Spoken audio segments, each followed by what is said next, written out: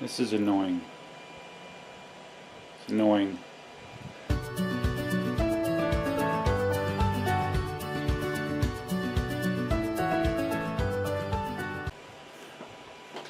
mean, can you imagine you get a 1 meter Bowden tube, a Capricorn Bowden tube, which costs $15 on Amazon, and it comes packaged in this little tiny envelope.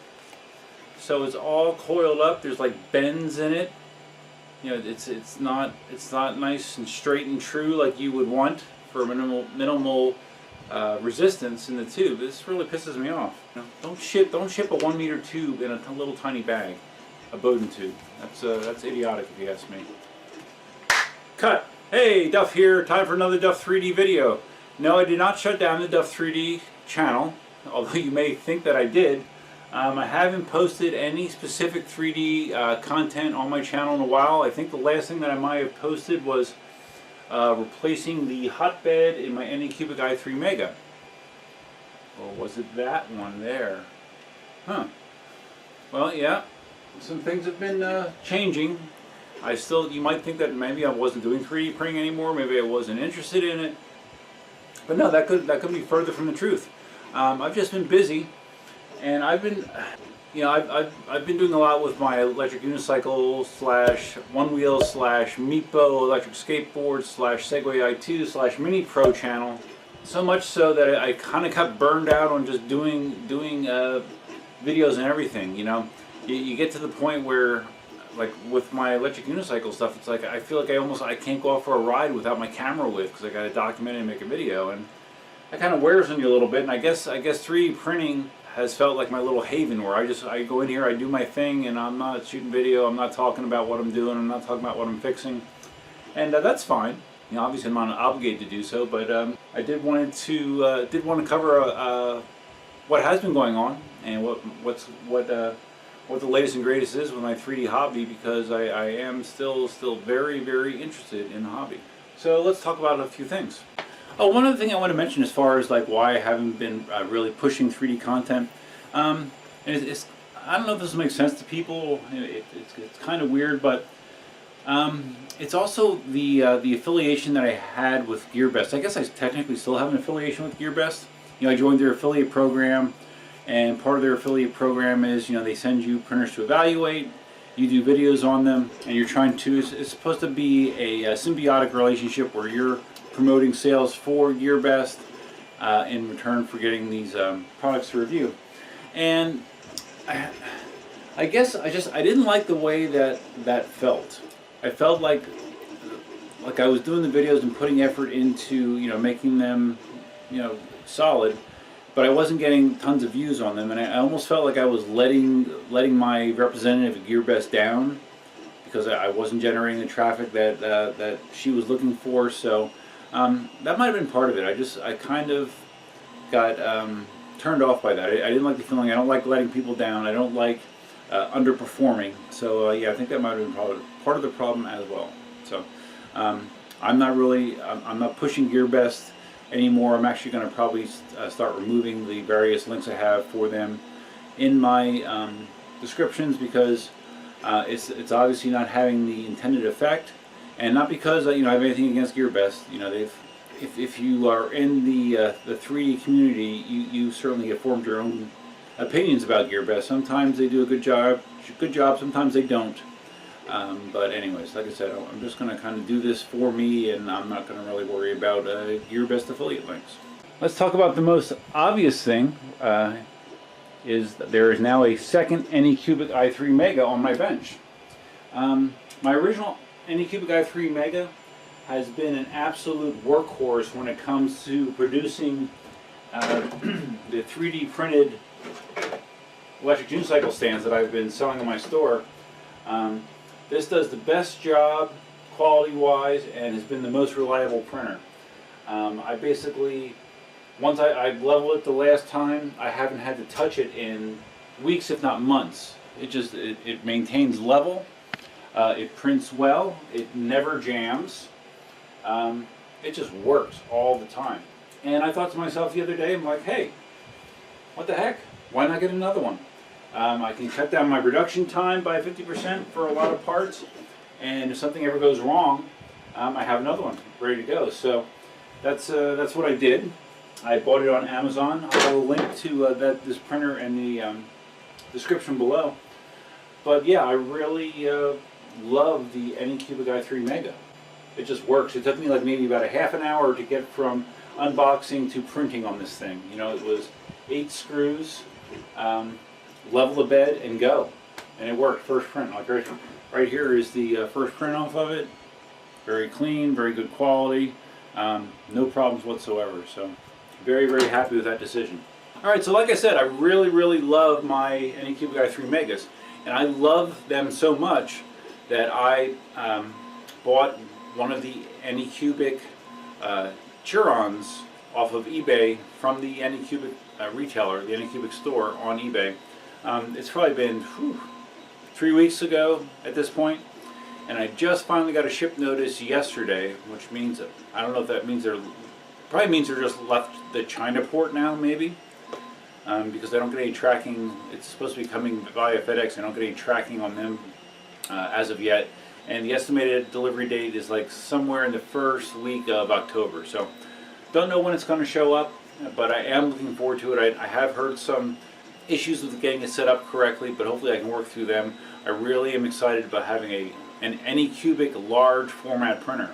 If I have any complaint about the i3 Mega, I just wish they were bigger. You know, because there's certain parts that I can only print on the CR10 that you hear running next to me, and the Giora A5, which is out of commission, which we'll talk about in a second.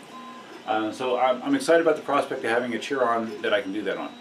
The Flashforge Finder is still here. It does not get printed on very often, because of the limited print size and non-heated bed, but I do try to use it whenever I can, and it still is my most convenient printer to use, and does a very good job. You know, I really think the Finder is one of the best first 3D printers that someone could get.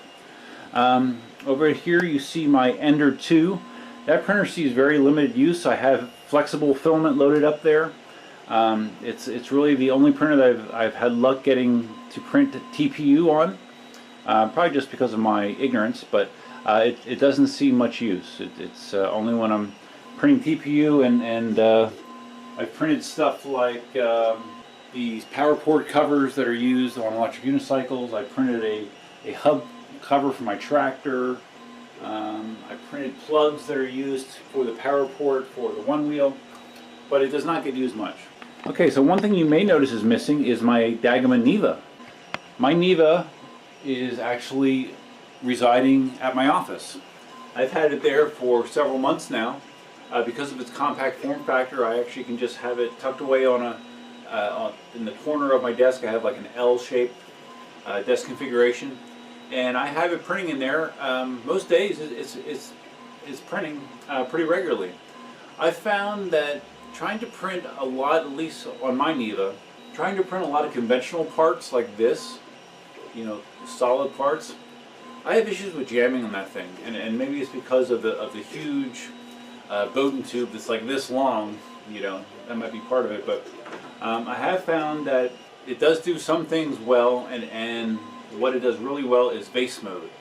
So what I've been doing is printing just various vase mode models that I've found, and I stick them on my desk, and I just let the other employees in the office take them.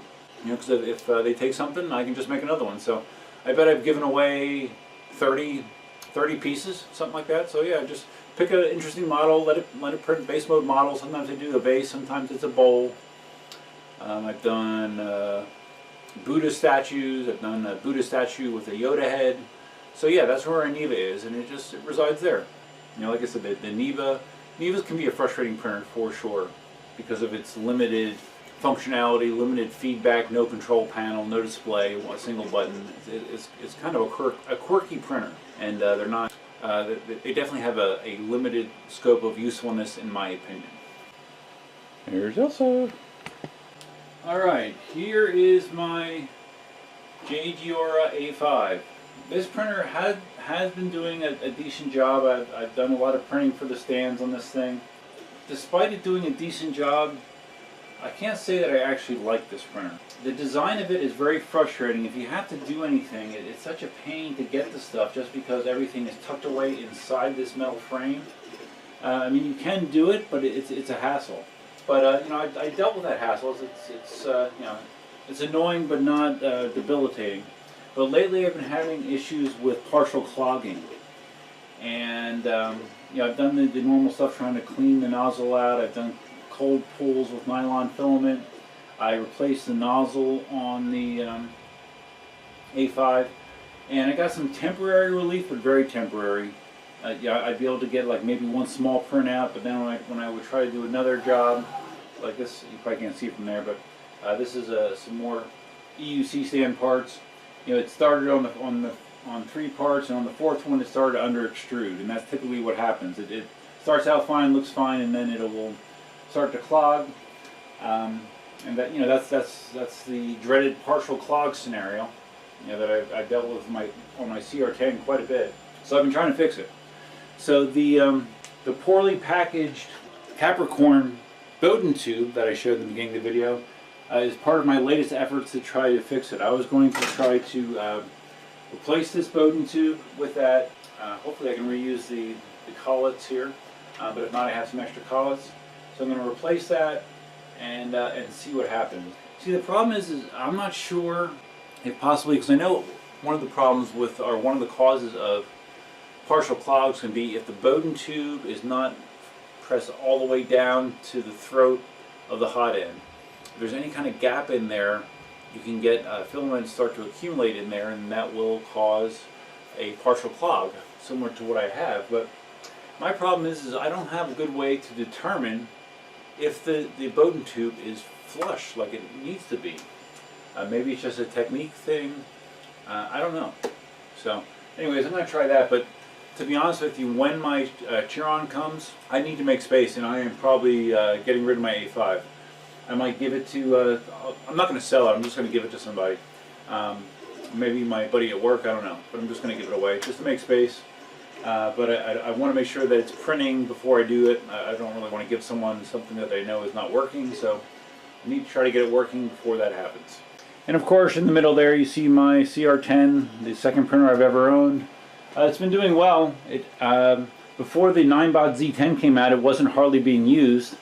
But since my A5 is out of order, the CR10 is the only other printer that has a big enough print area to print the base of my Z10 stand. So it's finishing up one right now. It's been working okay. Print quality's okay, but the i3 Mega, for whatever reason, seems to have a lot better print quality, a lot better consistency. I just like the finished look of the prints on the i3 Mega more than the CR10.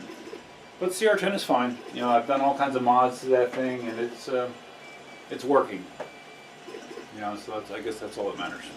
And also, I've been obviously printing more than just electric unicycle stand parts. I've printed a bunch of different cool models. Let me see, where is one of them?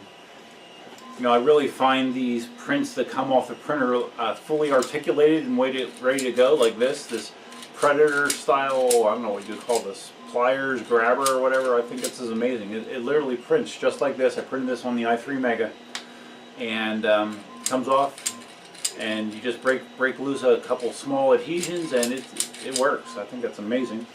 And then this is another one of my favorite prints, a fully articulated octopus kind of thing. I've printed, I don't know, probably half a dozen of these at this time, or at this point. I have some at the office. I've given a couple away, and we have a few sitting around the house here. And they sit on anything pretty much. So yeah, they're really cool. And there's tons of other examples of just various prints that I've been doing. I've also been working on my modeling skills. I've been primarily doing all of the stuff that I sell in the store. I've either modified existing designs, like for example, this portion of the stand here. This was a design by Matthias, and I modified it. I added a crossbar and some customization to the lettering. But the base here, this is something that I made in Tinkercad, the Z10 base. This design is something that I made entirely in Tinkercad as well. Another version of the stand. But I also have started to renew my interest in learning Fusion 360. It's the go-to de facto standard for 3D modeling that, you know, almost everyone that you talk to that does really cool stuff, they do it in Fusion 360. So I tried half-assed before to learn it, but it's just it didn't strike me as intuitive. You know, I'm a computer guy, and I'm used to things working a certain way with most software that I use. And Fusion 360 just does not work the way that I'm used to, so I kind of got discouraged early on and didn't really stick to it. But I'm trying to work through my discomfort zone and become at least basically capable in Fusion 360. So I am working at that, and hopefully I can continue to get better, because I think it's very, very powerful once you get through that rather steep learning curve. So I am working on my Fusion 360 skills as well. Alright, so that's all I really got for you for now. I just wanted to let people that were interested in my 3D content know that I am still very, very active in the 3D hobby. Still doing a lot of things, have some new equipment coming, going to have some old equipment leaving. But yeah, it's fun, and hopefully I'll find the motivation and time to document what I'm doing with my 3D hobby some more. It's a lot of fun. It really is. So if you found this video interesting, please give it a big thumbs up. If this is your first time on the channel, especially if it's on the Duff 3D channel, because I only have like 30 subscribers. I guess that was depressing as well. If this is your first time on the channel, please consider subscribing. If you're into just 3D content, subscribe to the Duff 3D channel, and that's the only stuff that I'm going to post there. If you want everything I do, for some reason, subscribe to the Duff Aesthetics channel. Everything that I do, I post there. Cut again. Feel free to leave your comments, suggestions, ideas, thoughts, complaints below.